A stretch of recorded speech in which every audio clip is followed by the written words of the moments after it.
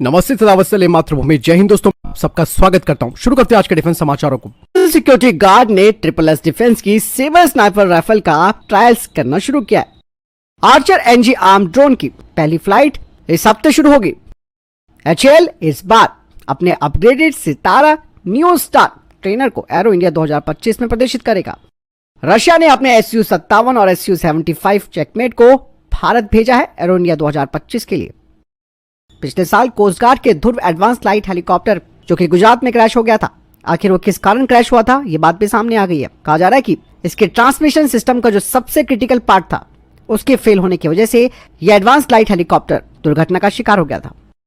भारतीय सेना ने T-90S टैंक्स के लिए एक्टिव प्रोटेक्शन सिस्टम यानी कि APS के निर्माण के लिए वैश्विक विक्रेताओं की पहचान करने के लिए एक रिक्वेस्ट फॉर इंफॉर्मेशन जारी किया है। बता दें कि APS में सॉफ्ट किल, हार्ड किल और counter unmanned aerial system solutions होने चाहिए और टैंक की मौजूदा क्षमताओं को कम किए बिना T-90 के साथ आसानी से इंटीग्रेट होने में ये सक्षम होने चाहिए।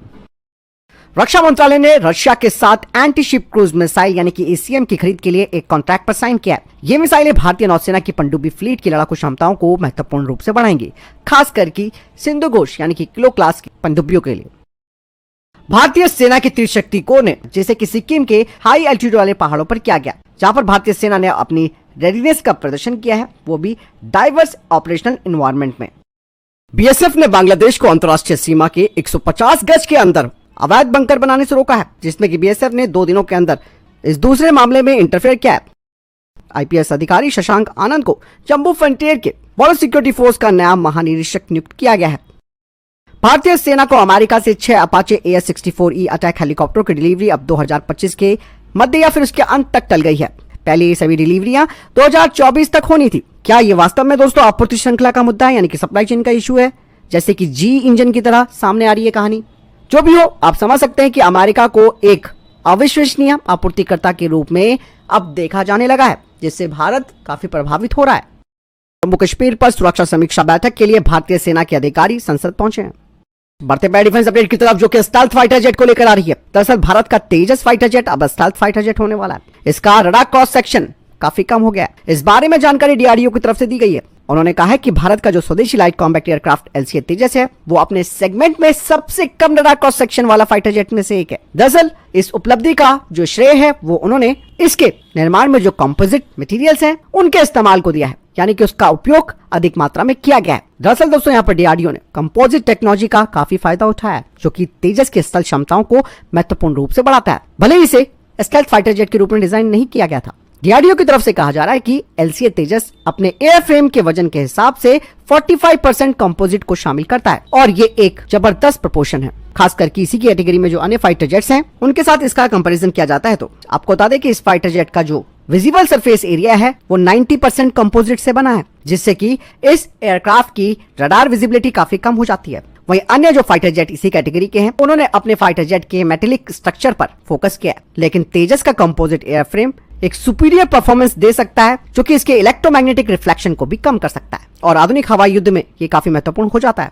और तेजस फाइटर जेट में ये जो हाई परसेंटेज है कंपोजिट की, वो स्वाभाविक रूप से इसके RCS को कम करती है, यानी कि दुश्मन के रडार इसका पता इतनी आसानी से नहीं लगा पाएंगे। यही नहीं दोस्तों, स्टेल्थ के अलावा कंपोजिट से बने विमान हल्के डिजाइन के लिए भी जाने जाते हैं, जो कि फ्यूल एफिशिएंट होते हैं और फाइटर जेट की रेंज और गतिशीलता को भी सुधारते हैं। इसके अलावा दोस्तों फाइटर जेट्स में इतनी आसानी से जंग नहीं लग पाता है, यानी कि ये जंग के प्रति इसे प्रतिरोध प्रदान करते हैं, जिससे कि विमान का जो लाइफ स्पैन है वो भी बढ़ जाता है। बढ़ते नेक्स्ट अपडेट की तरफ, भारत इलेक्ट्रॉनिक्स लिमिटेड की तरफ से बड़ी घोषणा की गई है। उन्होंने कहा है कि HAL के साथ कॉन्ट्रैक्ट के तहत 83 लाइट कॉम्बैट एयरक्राफ्ट तेजस MK1 फाइटर जेट्स के लिए जो कंपोनेंट से उनकी आपूर्ति समय पर आगे बढ़ रही है। इसके अलावा बेल की नजर 97 और तेजस फाइटर जेट्स के अतिरिक्त ऑर्डर हासिल करने पर भी है। भारत इलेक्ट्रॉनिक्स लिमिटेड ने कहा कि LCA तेजस मार्क 1A के लिए महत्वपूर्ण avionics system, line replaceable unit और अन्य इलेक्ट्रॉनिक्स कंपोनेंट्स की आपूर्ति के लिए कॉन्ट्रैक्ट को पूरा करने में कोई देरी उनकी तरफ से नहीं की गई है। इसमें digital flight control computer, air data computer और विमान के संचालन के जो महत्वपूर्ण विभिन्न सेंसर्स जैसी प्रणालियां वो भी शामिल है। बढ़ते नेक्स्ट अपडेट की तरफ, दोस्तों DRDO के टेक्नोलॉजी डेवलपमेंट फंड के तहत डेयर टू ड्रीम 5.0 चैलेंज शुरू कर दिया है, जिसमें कि मशीन लर्निंग और आर्टिफिशियल इंटेलिजेंस का इस्तेमाल करके रॉकेट मोटर का डिजाइन करने के लिए कहा गया है। ये चुनौती सॉलिड रॉकेट मोटर्स के design health monitoring, service life prediction को बढ़ाने पर केंद्रित है, जो कि विभिन्न मिसाइल सिस्टम्स के लिए काफी महत्वपूर्ण होता है। भारतीय नौसेना पर अब अतिरिक्त P-8I विमान खरीदने का दबाव अमेरिका की तरफ से लगातार बढ़ता जा रहा है। दरअसल दोस्तों, अमेरिका चाहता है कि भारत और अतिरिक्त P-8I विमान खरीदे ताकि हिंद महासागर क्षेत्र में भारतीय नौसेना की क्षमताएं और बढ़ सके। और आप सबको मालूम ही होगा कि हाल ही में डोनाल्ड ट्रंप ने भारत को बोला भी है कि वो अधिक से अधिक अमेरिकी हथियार भी खरीदे। भले ही भारत के पास इस वक्त 12 P-8I विमान है, जिनका इस्तेमाल इंडियन ओशन रीजन में निगरानी और टोही के लिए किया जाता है। और साथ ही P-8I आप सब जानते हैं कि ये anti submarine warfare, anti surface warfare, intelligence, surveillance, reconnaissance यानी कि ISR ऑपरेशंस करते हैं और ये काफी महत्वपूर्ण भूमिका निभाते हैं इंडियन ओशन रीजन में। आपको बता दें कि रक्षा मंत्रालय ने इनकी लागत संबंधी चिंताओं और बजटीय बाधाओं के कारण 6 अतिरिक्त P-8I खरीदने के विचार को बदल दिया था। और बोइंग के साथ काफी चर्चाएं भी बढ़ी, लेकिन काफी महंगे ये एयरक्राफ्ट मिल रहे हैं। लेकिन ये बात भी सामने आ रही है कि भारत अपनी रक्षा क्षमताओं को बढ़ाने के लिए P-8I की खरीद सहित कई पुराने सौदों की समीक्षा भी कर रहा है। चलिए बढ़ते नेक्स्ट अपडेट की तरफ दोस्तों। INS अर्दिमान को इस साल के अंत में भारतीय नौसेना में कमीशन किया जाएगा। दरअसल INS अर्दिमान के पिछले 3 सालों से कठोर ट्रायल्स चल रहे थे। आपको बता दें कि ये भारत की तीसरी स्वदेशी nuclear powered ballistic missile submarine होगी। बढ़ते नेक्स्ट अपडेट की तरफ दोस्तों। भारतीय सेना ने पुलिस लेबोरेटरी में नए उपकरणों के लिए जो सबसे महत्वपूर्ण बैलिस्टिक परीक्षण करने के लिए कंपनियों के द्वारा जो बार बार रिक्वेस्ट की जा रही थी, उसे रिजेक्ट कर दिया है।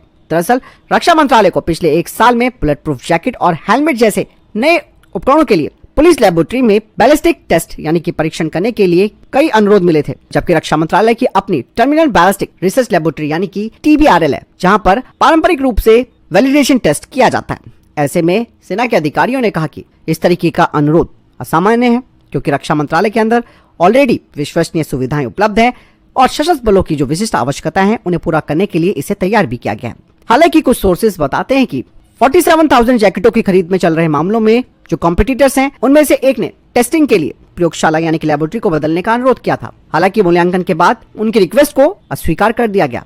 दरअसल यहाँ पर जो टर्मिनल बैलिस्टिक रिसर्च लेबोरेटरी है, वो DRDO के तहत एक लेबोरेटरी है, जिसका इस्तेमाल विभिन्न प्रकार के एमुनेशन के साथ साथ जो भी प्रोटेक्टिव इक्विपमेंट्स हैं उनके परीक्षण यानी कि टेस्ट के लिए किया जाता है। ये प्रयोगशाला यानी कि लेबोरेटरी हाई एक्सप्लोजिव मटेरियल्स जैसे कि वॉरहेड, शेल्स और एमुनेशन और एक्सप्लोजिव का परीक्षण भी करती है। इसके अलावा इस लेबोरेटरी का एक बड़ा हिस्सा छोटे हथियारों के खिलाफ बॉडी आर्मर, व्हीकल आर्मर और हेलमेट जैसे जो सुरक्षात्मक प्रणालियां हैं उनके बैलिस्टिक इवैल्यूएशन को भी करती है। चलिए बढ़ते नेक्स्ट अपडेट की तरफ। हाल ही में कुछ डिफेंस एक्सपर्ट्स की तरफ से ये कहा जा रहा है कि अगर भारत राफेल फाइटर जेट के कुछ जो एस्पेक्ट्स हैं उनकी रिवर्स इंजीनियरिंग करता है अपने TEDBF प्रोजेक्ट में, तो इससे भारत को बड़ा फायदा हो सकता है। खासकर की कॉस्ट सेविंग होगी बजाय MRFA के तहत 114 राफेल फाइटर जेट्स को खरीदने के, जिसमें कि करीबन $27 बिलियन का खर्च आएगा, वो भी राफेल F4 वेरिएंट को खरीदने को लेकर। ऐसे में अगर रिवर्स इंजीनियरिंग की जाती है राफेल की टेक्नोलॉजी की, तो इससे भारत अपने TEDBF प्रोग्राम को मॉडिफाई कर सकता है और इसे फिर खासतौर से भारतीय वायुसेना के हिसाब से भी तैयार किया जा सकता है। बस जवाब आपको कोई सवाल कमेंट सेक्शन में लिखकर जरूर पूछ सकते हैं। वीडियो को लाइक और शेयर जरूर कीजिएगा। जय हिंद।